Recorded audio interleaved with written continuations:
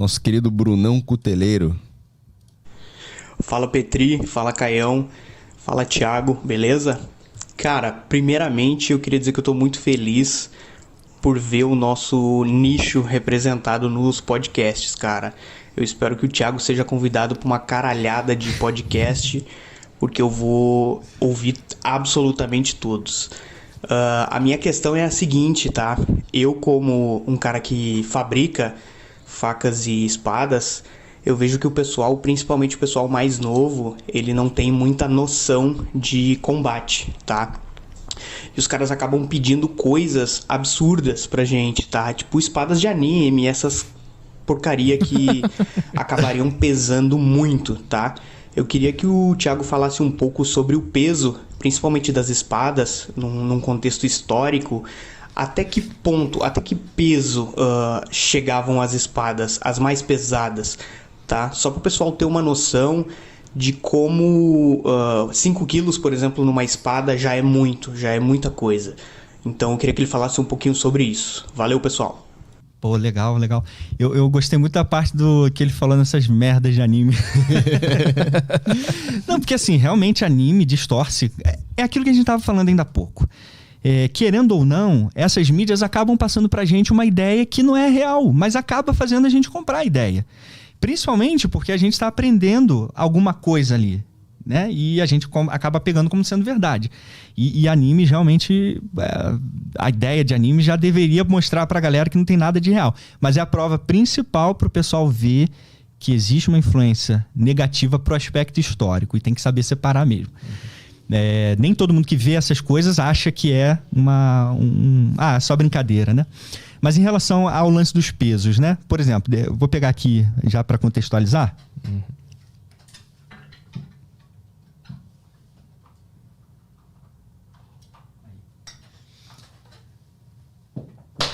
Então, essa aqui é uma espada de cavaleiro, que a gente chama, né? É uma Knightly Sword, em inglês. Ou Arming Sword também, que é um outro tipo de nomenclatura, né? É uma espada de uma mão só.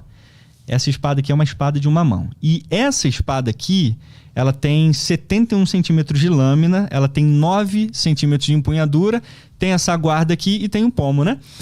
Então, assim, essencialmente a gente tem uma espada aqui de 1 quilo. Essa espada aqui, ela tem 1,1 kg. Essa espada, tá vendo? É uma espada, assim, altamente usada na Idade Média. Ela foi usada durante toda a Idade Média. Esse tipo de espada de cavaleiro que a gente chama, né? Agora, se você parar pra analisar... Até dei uma cortadinha aqui, ó, tá vendo? Não é de brincadeira, não. Cara, tá afiada mesmo. Ela tá afiada. É porque é uma réplica, né? É uma réplica mesmo certinha. Então, essa aqui tem 1,1 kg. As espadas longas... Isso porque ela é um pouquinho mais pesada do que o ideal. O ideal era ela não passar de 1 quilo. Esse seria o ideal. As espadas longas, que foram as espadas, vamos dizer, essencialmente mais usadas depois do século XIII, início do século XIV, elas passaram a ter, em média, de lâmina, entre 90 e 100 centímetros, né? Ou seja, mais ou menos 1 metro. 1,10 m, podia chegar até 1,10 m. E essas espadas longas, em média, tinham 1,3 kg. Então, veja, uma espada longa, na sua maioria, tinha essencialmente 1,3 kg. Tem muitos artigos que falam sobre isso. Claro, poderiam ter espadas um pouco mais pesadas? Sim. Tinham as montantes, né? Outras espadas que aí já vieram mais tarde, fora da Idade Média, né? Século XVI. As Zweihanders alemães, que eram também grandonas, tipo essas montantes. As espadones italianas, que elas eram maiores. Mas na Idade Média, até a queda de Constantinopla, 1453, essencialmente eles usavam espadas que não passavam de 1,5 kg. Não passava disso, era raro.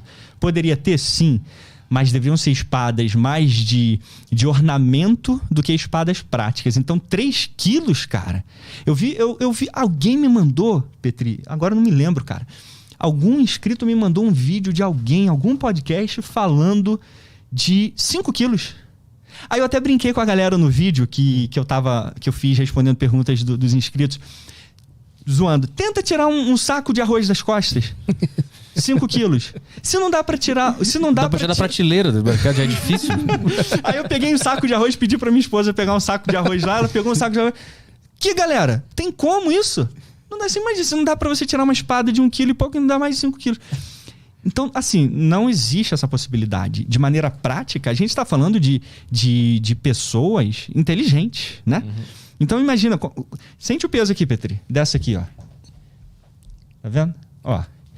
Ela tem um peso razoável, que você consegue se movimentar, não é? Mas pra ter agilidade, o cara tem que treinar muito com isso aqui. Perfeito, mas a gente está falando justamente disso, de soldados treinados, né? Cavaleiros treinados. Então, para uma pessoa conseguir lidar bem com uma espada dessa, ela tinha que ser treinada, né? Claro. Mas 1,3 kg, ou 1,1 kg, como é o caso dessa aí, se você treinar um pouco, você vê que você consegue empunhar com tranquilidade, né? E é 1 quilo distribuído fora do teu centro de gravidade também, né? Exato, vai pra lá. Exatamente. Por mais que aqui esteja mais pesadinho, né? Mas Sim, o ponto de equilíbrio dela, né? Então, assim, a gente tem espadas bem feitas, né? E espadas pensadas para o campo de batalha. Uma espada de acima de 2 quilos não era pensado para o campo de batalha. Pelo menos não como uma das armas mais importantes, né? Como era o caso das espadas. As lanças, espadas, elas tinham que ser funcionais. Então, respondendo aí a pergunta do nosso amigo, espadas de anime... É assim que elas devem ser encaradas, tá? Como espadas de anime. Com risada. Então, assim, se é pra fazer espada, né? De maneira geral, ela tem que obedecer o padrão, né? E um padrão geral, também não podemos ser dogmáticos, mas de uma maneira geral e funcional no campo de batalha, 1,3 kg, 1,5 kg, acho que é muito. E ficava... Onde que ficava? Se não era nas costas, era no bolsinho aqui do lado? Isso, geralmente eles usavam aqui. Aí tem a bainha, né? Geralmente eles usavam... Cara, você acredita uma coisa, cara? Esse lance de espada nas costas, né? É uma coisa tão bizarra. É até difícil eu imaginar que um dia eu poderia ficar discutindo sobre isso. Sabe? Nos sites, nos canais gringos, existem vídeos respostas. Que um responde pro outro que dá pra usar a espada longa nas costas e o outro responde que não dá. E aí um terceiro responde que dá... Tá virando um furdunço esse negócio de espada. Terra plana. É a nova terra plana. Cara, exatamente. Eu fico pensando, onde eu tô entrando, cara? Eu pensei assim, que idiotice é essa? Vai ter um documentário na Netflix sobre as pessoas que acreditam no que pode tirar das coisas. Exato. Aí, por exemplo, alguns perguntam, Thiago, espada chinesa, espada japonesa, dá pra tirar, cara? Eu não sei, porque minha especialização não é espadas chinesas e nem japonesas, no sentido de saber como que os caras usavam. Eu não fico estudando pra saber se os samurais sacavam espada das costas. Eu sei que os ninjas, existem evidências que os ninjas tiravam, os ninjatões e tudo mais. Agora, se em algum momento da Idade Média um samurai usou em alguma ilustração, alguma espada nas costas, as espadas samurais eram curvas, né? Então isso por si só já facilitava o ponto de retirada dela. As espadas europeias, elas são retas, né? Então assim, Thiago, se você usar a bainha mais abaixo ou mais acima, ela na horizontal, meu Deus do céu. Pra tirar pro lado, assim? A gente não precisa, sabe? Por exemplo, essa espada aqui, ela é uma espada pequena, né? É considerada de pequena proporção comparado com as espadas longas. Né? Por exemplo, tá bem abaixo aqui a bainha, né? Ó, tá rente ao meu trapézio aqui, basicamente. Se eu tivesse que tirar ela aqui, ó. Travou já. Ó, olha aqui. Eu tô esticando. Eu vou conseguir tirar, porque ela é uma espada pequena. Mas olha como eu já tive que esticar bem meu braço aqui. Sabe? Dá pra carregar isso aqui nas costas? Cara, dá. Pra transporte dá, né? Dá, você amarra um troço aqui, bota ela nas costas. Agora, o que eu falo e destaco pra galera é no ponto de vista funcional. E aí entra o lance dos jogos e dos filmes, né? Os caras tiram e sacam como se estivesse, sabe, tirando uma moeda do bolso, cara. Sim. Eu tiro e boto assim. É esse o ponto. Você pode amarrar uma corda aqui e colocar isso aqui nas costas. Isso prova que os caras andavam na Idade Média desse jeito? Claro que não, entendeu?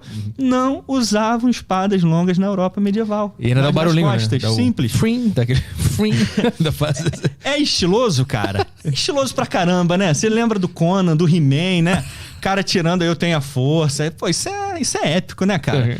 Mas na Idade Média não usavam. Pode inventar a gambiarra que quiser, cara.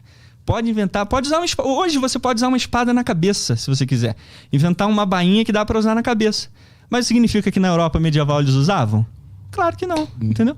Então o ponto é esse. Historicamente, não rolava. Principalmente se for uma espada longa, né? Reta como essa. Não, eles eram funcionais, eles queriam usar o negócio funcional no campo de batalha. Ia na cintura, era embanhada na cintura. Se você vê as iluminuras, tudo da Europa medieval, novamente, não estou falando dos hindus, não estou falando dos mongóis, não estou falando de ninguém de outras áreas. Eu estou falando da europeia, que é onde a gente vê as maiores representatividades, né? Nesses filmes e animes. Essencialmente... E claramente eles não usavam nas costas, cintura, que era onde sacava e tirava com facilidade. Entendeu? E se fossem maiores, espadas maiores, montantes, século XVI, eles usavam, seguravam, apoiavam no ombro. Mas, novamente, imaginar que hoje dá para amarrar uma corda e colocar a espada nas costas e dizer que eles faziam isso na Idade Média, isso é estupidez, né? Simples assim.